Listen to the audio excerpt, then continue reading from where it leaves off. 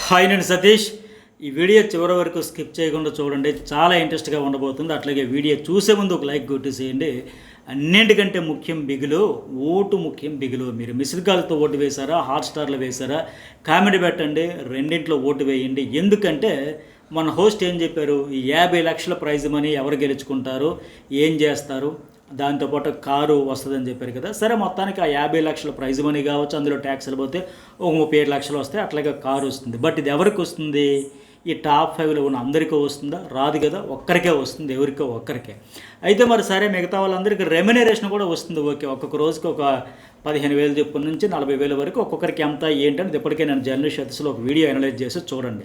అదేంటంటే వాళ్ళు ఆయా ప్రొఫెషన్స్లో ఉండి సీరియల్ ఆర్టిస్ట్గా, సినిమా ఆర్టిస్ట్గా, లేకపోతే ఇన్ఫ్లుయెన్సర్గా, యూట్యూబర్గా, లేకపోతే ఇంకా radio jockey, video jockey, singer, writer, director, actor, ఇట్లా రకరకాల ప్రొఫెషన్స్, డాక్టర్, రకరకాల ప్రొఫెషన్స్ నుంచి వస్తారు. కనుక అక్కడ వచ్చే ఆదాయాన్ని వదులుకొని ఇక్కడికి వచ్చి ఒక వారమో 10 వారాలు 15 వారాలు ఉంటారా, ఆడతారా, ఆ ఇన్కమ్ సోర్సెస్ అని విడిచిపెట్టి వస్తారు. కనుక అది రెమ్యూనరేషన్.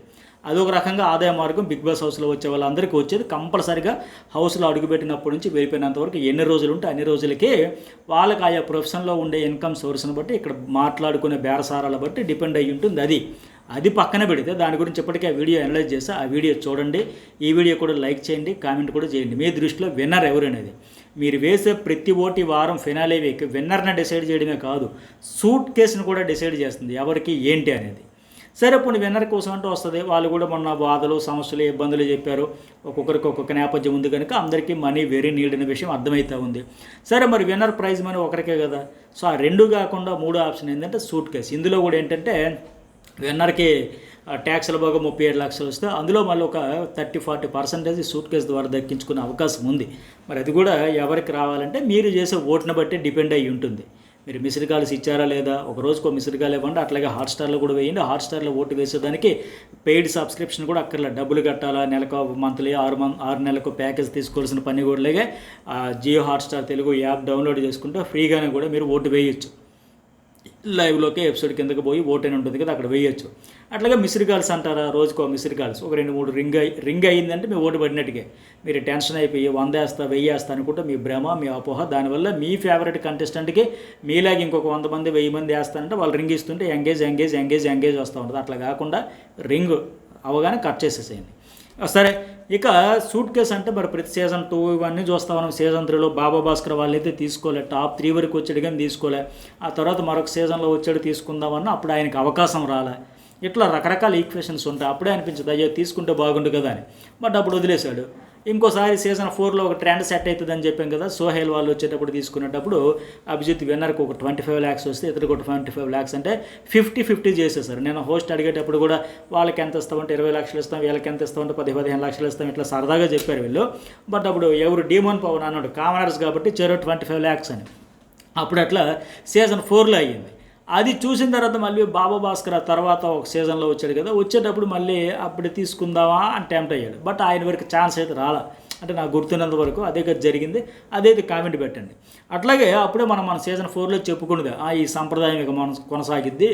ఇక విన్నర్ ప్రైజ్ మనీ సరే సూట్ కేసు 5గురిలో ఉండేప్పుడు పెడతారో, 4గురిలో 3గురిలో ఎప్పుడు పెట్టినా సరే ఎవరో ఒకరు తీసుకునేదాన్ని ట్రై చేస్తారని ఎగ్జాక్ట్లీ అదే జరిగింది.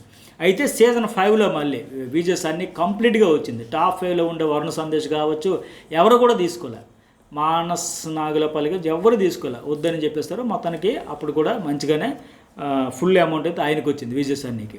అట్లాగే ఓటీటీ బిందు మాధవి ఈ సీజన్లో హర్యానాకి ఫ్యామిలీ వీక్ ద్వారా ఆవిడ దేవి నాగవల్లి వాళ్ళ సిస్టర్లు వచ్చేటప్పుడు నీ సాటిస్ఫాక్షన్ కోసం, నీ హ్యాపీ కోసం నీ పొజిషన్ ఏంటని పెట్టాలా, ఒరిజినల్గా రియల్గా పెట్టాలంటే రియల్గా పెట్టిన ఆవిడ కూడా అడిగింది హర్యానా. ఎందుకు ముఖస్తుతి కోసం, నా హ్యాపీనెస్ కోసం ఎందుకు, ఎటు వారం పోతే వచ్చేసేది, దానికోసం మళ్ళీ ప్రాక్టికల్గా ఉన్నది ఉన్నట్టు చెప్పాలి తప్ప.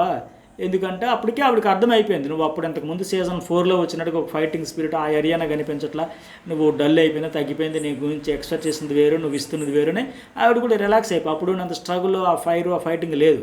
ఇలాంటి నేపథ్యంలో ఆ హింట్స్ కూడా ఇవ్వడంతో అయ్యి బాబు మనం ఇంకా ఫ్యామిలీ వీక్తో ఇన్పుట్స్ వచ్చాయి కదని సూట్ కేసు ఆఫర్ చేస్తే తీసుకుందామని వెయిట్ చేసింది. ఒక్క మాట కూడా బయట పెట్టలా, గమ్మున ఆ బంగారు క్షణాల కోసం ఎదురు చూసింది. సూట్ కేసు ఆఫర్ చేయగానే ఫస్ట్ 10 లక్షల సూట్ కేసు టక్కని క్షణాల్లో ఇంకా ఏమాత్రం లేట్ చేయలేదు తీసుకుంది. ఆ శివ వాళ్ళు ఇంకా ఆలోచించబోతున్నారు, ఇంకా ఆలోచించేలోపు టక్కని ఎత్తుకొని వచ్చింది. 10 లక్షలు బంపర్ ఆఫర్ కొట్టింది. ఎందుకంటే ఆవిడ పొజిషన్ ఏంటి తెలిసిన తర్వాత వచ్చిన వాళ్ళు అందరూ కూడా చెప్పారు, నువ్వు అప్పుడు లాగలేవు అంటే ఇంకెందుకు మనం ఇక్కడ ఉన్న వేస్ట్ కదా, ఇదేది బెటర్ కదా అని తీసుకుని తప్పలేదు. అయితే బ్యాడ్ లక్ ఏంటంటే అఖిల్ 2 సీజన్లు ఓటీటీలో కావచ్చు, అంతకుముందు సీజన్ 4లో కావచ్చు రన్నరప్ అయ్యి అడిగిన ₹1 కూడా రాలే. అయితే విన్నర్కి వచ్చింది, లేకపోతే సూట్ కేసు తీసుకునే వాళ్ళకి వచ్చింది తప్ప ఇతనికి రన్నరప్గా 2 సార్లు కూడా నిరాశ మిగిలింది. అమౌంట్ పరంగా, రెమ్యునరేషన్ పరంగా కాదు ఇట్లా. ఇక తర్వాత సీజన్ 6లో చెప్పా కదా, 40 లక్షలేమో అతనికి ఇచ్చారు శ్రీహానికి బతిమలాడి, 10 లక్షలు, 15 లక్షలు, 20 లక్షలు, 25 లక్షలు, 40 లక్షలు వేలం పట్ట మాదిరిగా రన్నర్ ట్రోఫీ ఇచ్చిన ఆయనకి 10 లక్షలు వచ్చింది. ఆ సీజన్ 6 అన్ని రకాలుగా డిజాస్టర్ అనడానికి అదొక లైవ్ బెస్ట్ ఎగ్జాంపుల్. ఫ్యూచర్లో రాదు, గతంలో లేదు, అలాంటి సీజన్ అది.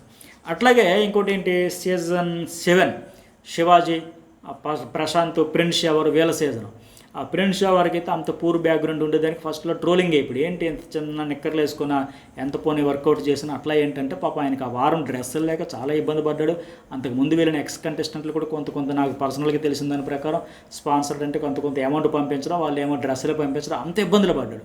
చూస్తే ఒకప్పుడు శివాజీతో చెప్పుకొని ఏడ్చేటప్పుడు అయితే చాలా బాధ అనిపించింది అందరికి. అయ్యో పాప ఇంత పూర్ బ్యాక్గ్రౌండా అన్న, ఇక్కడికి వచ్చేటప్పుడు కూడా అప్పులు తీసుకొని వచ్చానన్నా, అస్సలు లేవన్నా, బట్టలు కూడా వేసుకునేదానికి కూడా లేవన్నా, అవన్నీ చెప్తే చాలా బాధ అనిపించింది చాలామందికి. ఇవన్నీ కూడా ఓవరాల్గా అతను మెయిన్ ఫైటర్లు అండి, లాంగ్వేజ్ రాకపోయినా అసలు అరకొరగా తెలుగు వచ్చిరని తెలుగుతో ఆయన ఫైటింగ్, ఎమోషన్, అగ్రెషన్ అటన్నింటి వల్ల వచ్చాడు. నిజంగా ఇతను కూడా డిజర్వ్ అనిపించింది. అప్పుడైతే శివాజీ కూడా తీసుకో అని చెప్పడంతో సైజ్ చేయడం అంతా కలిపి ఆయన ఒక 15 లక్షల సూట్ కేసుతో హ్యాపీగా వచ్చేసాడు. అట్లాగే నెక్స్ట్ సీజన్ 8లో టాప్ 2లోకి వచ్చిన నిఖిల్ కావచ్చు, గౌతమ్ కావచ్చు, ఇంకెవరు కూడా సూట్ కేసు ఆఫర్ చేసినా తీసుకోవాలి, వద్దు మేమైతే ట్రోఫీ లేకపోతే లేదని అట్లా ఉన్నారు.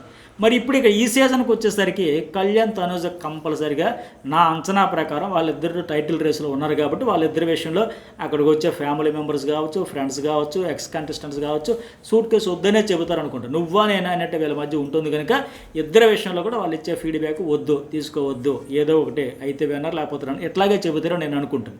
మరి ఏం చేస్తారో చూడాలి. ఇక మిగతా ముగ్గురు విషయంలో ఎవరు తీసుకున్నా తప్పలేదు. డీమోన్ పవన్ కావచ్చు, ఇమాన్యుయల్ కావచ్చు, సంజన కావచ్చు. అందుకే మరి ఎవరు తీసుకోవాలన్నా మీరు వేసే ఓటును బట్టి డిపెండ్ అయ్యి ఉంటుంది. సో ప్రతిదీ ఇప్పుడు ఇమాన్యుయల్ ఏమంటాడు, అయినా పూర్ బ్యాక్గ్రౌండే, పాపం గోంగూర కట్టలేవు, ₹10, ₹20 అమ్ముకుంటూ సైకిల్ మీద తిరుగుకుంటూ చెయ్యని పని అంటూ లేదు, చాలా కష్టపడ్డం, ఆర్థిక ఇబ్బందులు అన్నీ చెప్పడం, అసలు ఈ కుర్రోడిని కనకూడదని వాళ్ళు అనుకోవడం, తినడానికి కూడా లేని పరిస్థితుల్లో మట్టి తినడం కావచ్చు, మనం చెప్పేటప్పుడు అప్పులు తీర్చడం, ఇల్లు కట్టడం, ఆ అప్పులు తీరుస్తా, ఆ అమ్మాయికి MBBS కదా పీజీ కోసం చదివేస్తా, అక్క పిల్లల కోసం బాధ్యత తీసుకున్న, ఈ బ్రదర్ కెరీర్ కోసం చాలా ఆర్థిక అవసరాలు అవన్నీ ఉన్నాయి కనుక మెయిన్ ఏంటంటే సరే ఆర్థిక అవసరాలు ఉన్న వాళ్ళకి అందరికనే కాదు, మెయిన్ ఆయన కంట్రిబ్యూషన్ ఏంటి సీజన్లో ఫన్ను, ఎంటర్టైన్మెంట్, ఇంకేంది ఎమోషన్ అన్ని ఆల్రౌండర్గా ప్రూవ్ చేసుకున్నాడు. బ్యాడ్ లక్ ఏంటంటే టైటిల్ రేసులో ఉండాయన ఈరోజు సూట్ కేసు రేసులోకి వచ్చి ఎనీవే ఇది కూడా పెద్ద విషయమే కదా. ఒకవేళ ఇతరు కూడా తీసుకుంటే అర్హుడని నాకు అనిపిస్తుంది. అట్లాగే మిగతా ముగ్గురు కూడా డీమోన్ పవన్ కావచ్చు, డీమోన్ పవన్ కూడా తీసుకోవచ్చు, ఎందుకంటే ఆయన కూడా బాగానే వచ్చాడు, ఆయనకి సపోర్ట్ ఉంది ఆడియన్స్ నుంచి, ఉండబట్టే కదా ఎంతవరకు వచ్చాడు. వాళ్ళ నాన్నగారు హెల్త్ ట్రీట్మెంట్ కోసం అంటున్నాడు, అన్నయ్యకి కూడా ఆర్థిక తోడ్పాటు అంటున్నాడు, తనకు ఒక సొంత ఇల్లు ఉండాలంటున్నాడు. ఈ నేపథ్యంలో అతను కూడా వస్తే తీసుకోమని చెబుతారేమో అక్కడికి వచ్చేవాళ్ళు. సంజన విషయం ఆవిడ డైరెక్ట్గా చెబుతుంది, ఇప్పుడేంటి ఎప్పుడో చెప్పింది ఇమాన్యుయల్తో, మన ఇద్దరము టాప్ 3లో ఉందాం, నేను టాప్ 3లో ఉండేటప్పుడు సూట్ కేసు తీసుకుని వెళ్ళిపోతాను, నువ్వు ట్రోఫీ పట్టుకోనరా అని ఆవిడ నోటితో ఆవిడ చాలా సందర్భాల్లో చెప్పింది. మొన్న కూడా తన పిల్లల కోసం ఇస్తే ఆవిడ కూడా జర్నీ వెరైటీగా, ఫస్ట్ టార్గెట్ ఏంటంటే ఒక 10 వారాలు ఉంటే గొప్ప, అదే ఎక్కువ అన్నట్టు వచ్చింది.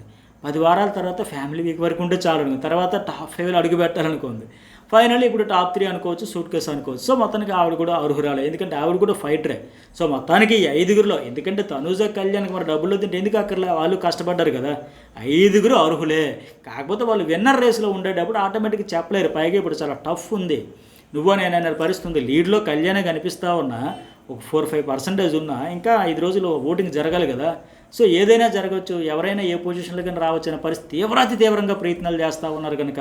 సో వాళ్ళ ముగ్గురిని పక్కన పెడితే వాళ్ళిద్దరిని పక్కన పెడితే మిగతా వాళ్ళలో ఎవరు అర్హులు అనేది టాప్ 5, టాప్ 4, టాప్ 3 ఇట్లా లెక్కలేసుకొని ఇవన్నీ మెయిన్ బిగ్ బాస్ టీం కూడా 5గురు ఉండేటప్పుడే సూట్ కేసు ఆఫర్ చేద్దామా, 4గురు ఉండేటప్పుడు చేద్దామా, 3గురు ఉండేటప్పుడు చేద్దామని వాళ్ళు కూడా అసలు ఎవరికి నిజంగా మన షోను ఒక నెక్స్ట్ మన లాస్ట్ వీక్ అంతా అయింది కదా, ఇది అన్ఫేర్ బిగ్ బాస్ అనే టాస్క్లను ఆడించాడు కదా, అట్లా ఎవరు నిజంగా ఈ షోలో వాళ్ళ కాంట్రిబ్యూషన్ ఏంటి, వాళ్ళ ముద్ర ఏంటి, వాళ్ళ కృషి ఏంటి, ఈ షోని నెక్స్ట్ లెవెల్కి తీసుకెళ్ళడానికి వాళ్ళు చేసిన ఎఫర్ట్స్ ఏంటి, ఇవన్నీ చూసుకుని వాళ్ళు కూడా 5గురు ఉండేటప్పుడు పెడదాం, ఎవరు తీసుకున్నా పర్వాలేదు, లేదు 4గురు ఉండేటప్పుడే పెడదాం ఓకే, లేదా 3గురు, వాళ్ళు కూడా చాలా లెక్కలేసుకునే పెడతారు. సో హఠాత్ పరిణామాలు ఏమైనా సంభవిస్తే టక్కన ఎవరైనా ఎత్తుకుపోతారు కనుక అందుకు ఆలోచించుకొని ఆచితూచి పెడతారు. మరి ఈసారి ఏం చేస్తారో టాప్ 5లోనా టాప్ 3లోనా టాప్ 2లోనా చూడాలి.